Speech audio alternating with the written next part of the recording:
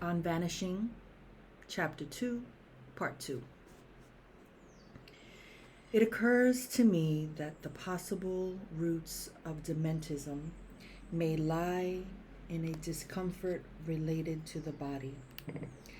I sense that our culture is fearful both of the body's powerlessness and its power. As I prepared for Dorothy's memorial service, I reflected on such corporal conundrums. The body is unwieldy and dies, a source of perpetual conflict. The body is at once our home, there's no escaping it, and our battleground as we struggle to break free from its inevitable demise. We want to box, to pop open, to reveal our still kicking legs. We want to shed impossible shackles. I suspect those bodies in need of hands-on care by others are object of cultural contempt because they lay bare our collective fear of the body's fragility and dependence. Perhaps those bodies most charged with the hands-on care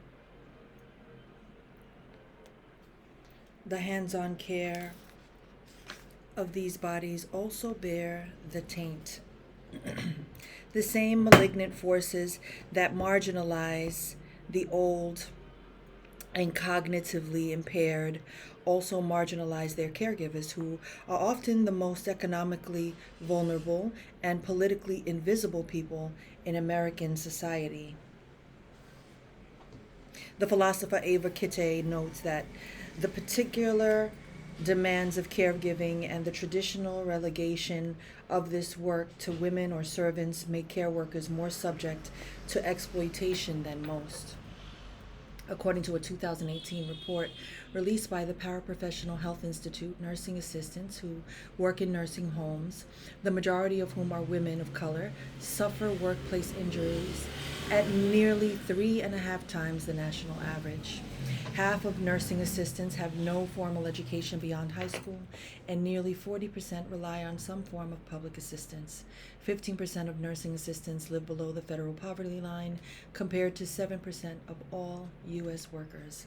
Nursing assistants spend more time with residents than any other clinical staff, providing a median of 2.2 hours of hands-on care per resident per day.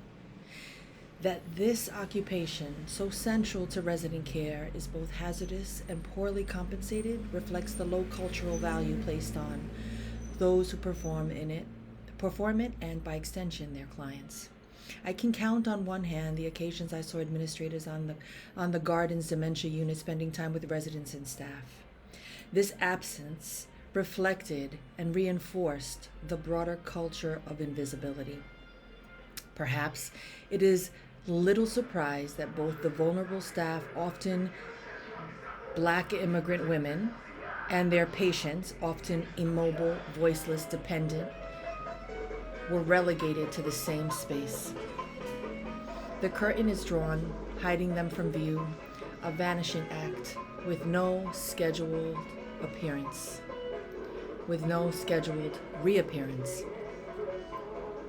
Accompanying Dorothy's obituary, many newspapers included black and white photograph of her popping out of Houdini's oversized radio, a prop that looked to me like nothing more than a coffin with dials affixed to it.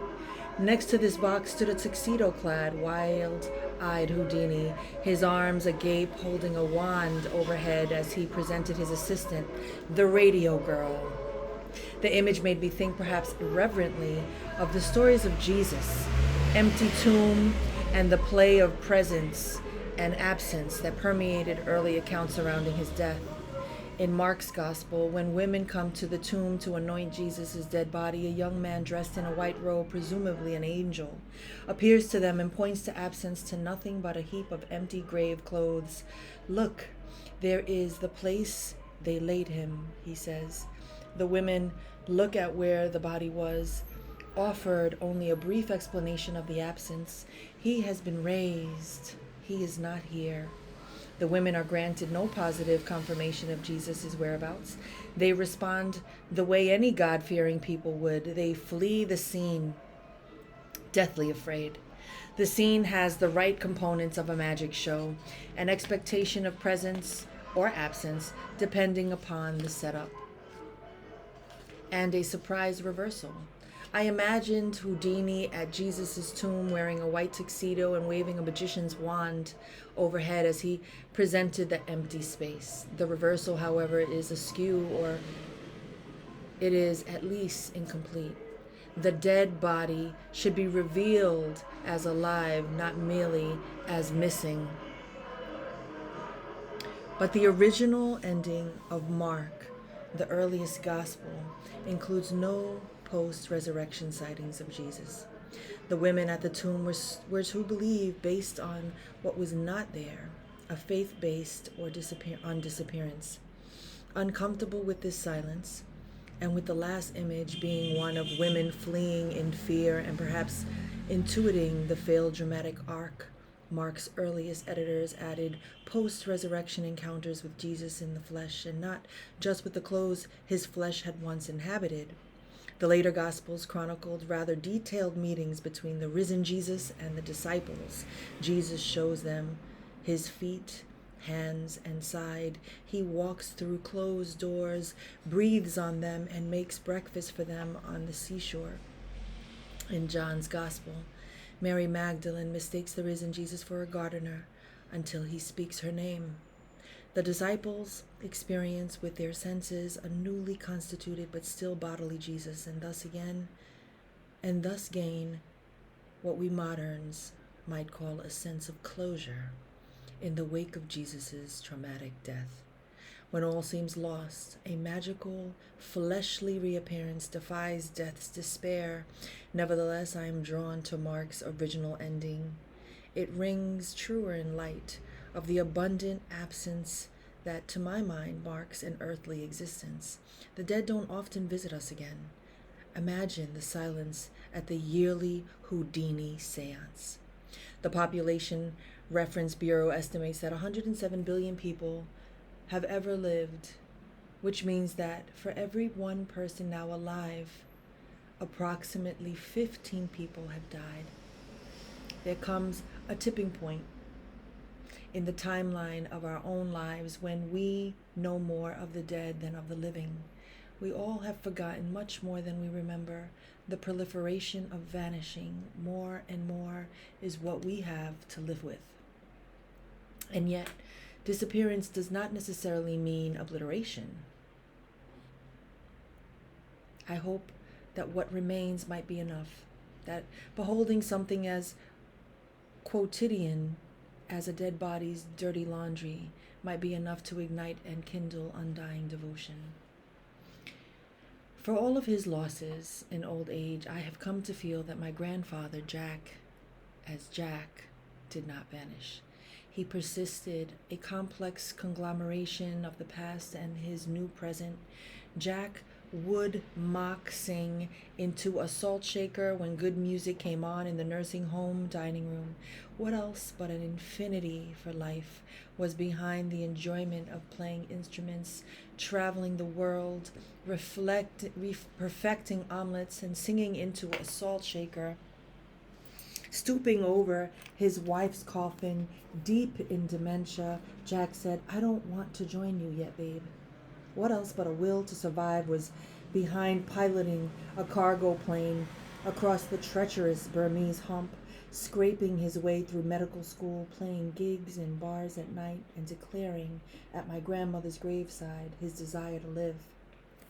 The essences behind his previous life endeavors seemed intact. In Jack until the end, in subtle shades often known only to those who spent time with him, while the activities that once embodied them had fallen away. The mystics might say, what is left is a truer, purer self. The dissolving of all doing, the stripping away of the via activa makes straight the path for the naked, beloved self to emerge. The destruction of ego can facilitate a new freedom of being.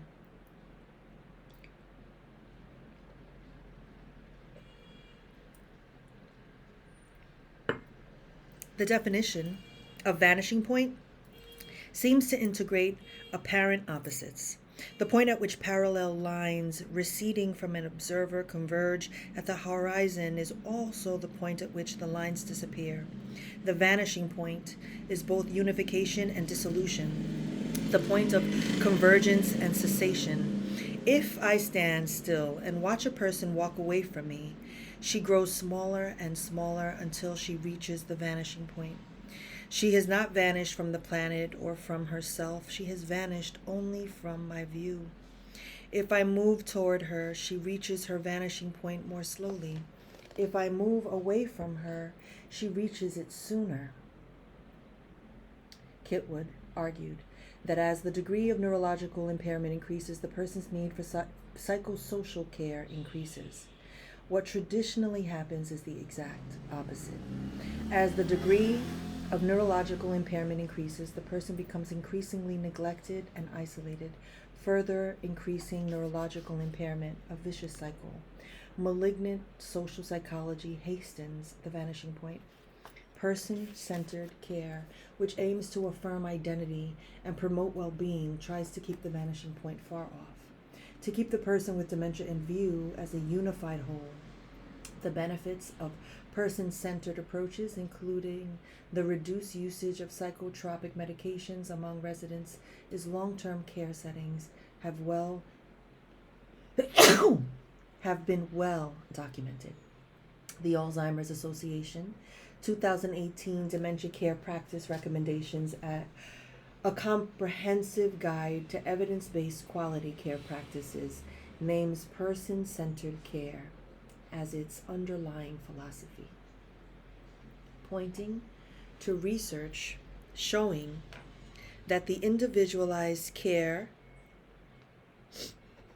decreases depression, loneliness, agitation, boredom, and helplessness among people with dementia and reduces staff stress and burnout. The vanishing at the vanishing point, however, is an illusion. A road does not cease at the horizon. It simply disappears from an observer's view. The person with dementia exists beyond my capacity to keep her in my line of sight. She remains a person despite my or anyone else's limited powers of vision. Still, we must reckon with the disappearance.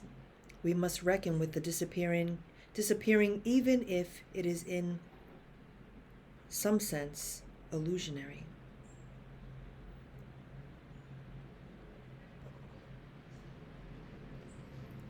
Leonardo's Last Supper contains perhaps the most famous vanishing point. Our eyes pulled into Christ's head at the center of the composition. It is the aggregating point we are drawn to, and through the mind of Christ, both to disappear there and to gather there. Christ dies on the cross, dissolution. Christ merges from the divine, unification. As we reach the vanishing point, we both dissolve and converge.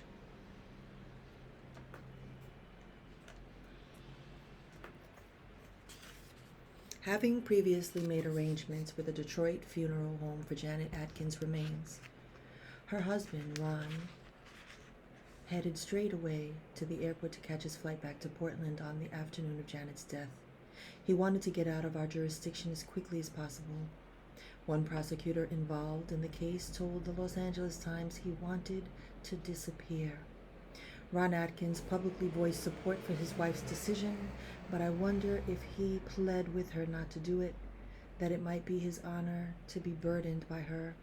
Perhaps he resented his wife's determination that he should not be asked to do so. Perhaps he could come up with nothing more pressing in his life that would render caring for his wife a lesser good.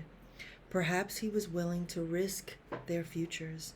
He had purchased his wife a round-trip ticket in case she changed her mind and wished to return to Oregon with him. I have witnessed many loving partners unable to rise to the occasion. Perhaps this is what Janet Atkins wished to avoid. I have seen one spouse keep the other alive by any means necessary because the idea of being without the person was simply unbearable.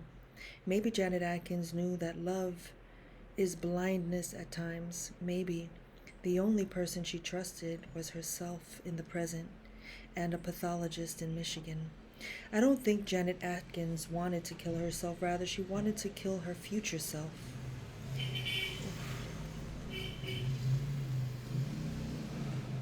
The deteriorated self she imagined. The self she worried would put her family through the agony of this terrible disease. The Janet Atkins on the tennis court and at the piano killed the projected Janet Atkins in a wheelchair, unable to find notes on an instrument whose name she cannot recall. The self-determining Janet Atkins killed the dependent Janet Atkins. The strong Janet Atkins killed the weak Janet Atkins before the weak Janet Atkins got a foothold. The story is a familiar one, the strong subjecting the weak, the strong eradicating their fears through expulsion of the weak. Is this not the fascist impulse, the imperialist compulsion, or might it be the compassion, or might it be the compassionate impulse, the yearning to be free of unnecessary affliction? How blurry the distinction between exterminating weakness and alleviating suffering. What does it mean to vanish well? After all, the result is always the same. You end up gone. There are no tricks to undo this finality. Magic's familiar script. The sudden deletion into thin air, the breathtaking reappearance out of thin air, does not seem to apply in the end. The stage assistant's role, however, may abide. Perhaps to vanish well entails allowing others to help unbind you, trusting them to keep your secrets. I think of Dorothy, who stood just off stage offering a measure of knowing assurance as Houdini attempted improbable escapes. We need compassionate attendants who help us in our final stages. We need compassionate attendants who help us in our final stages of disappearance too. I think of my mother soaking her dad's feet in a tub of warm water, of the nursing assistants tenderly lifting spoons to open mouths, of Ron Atkins sliding Janet's return ticket into his breast pocket.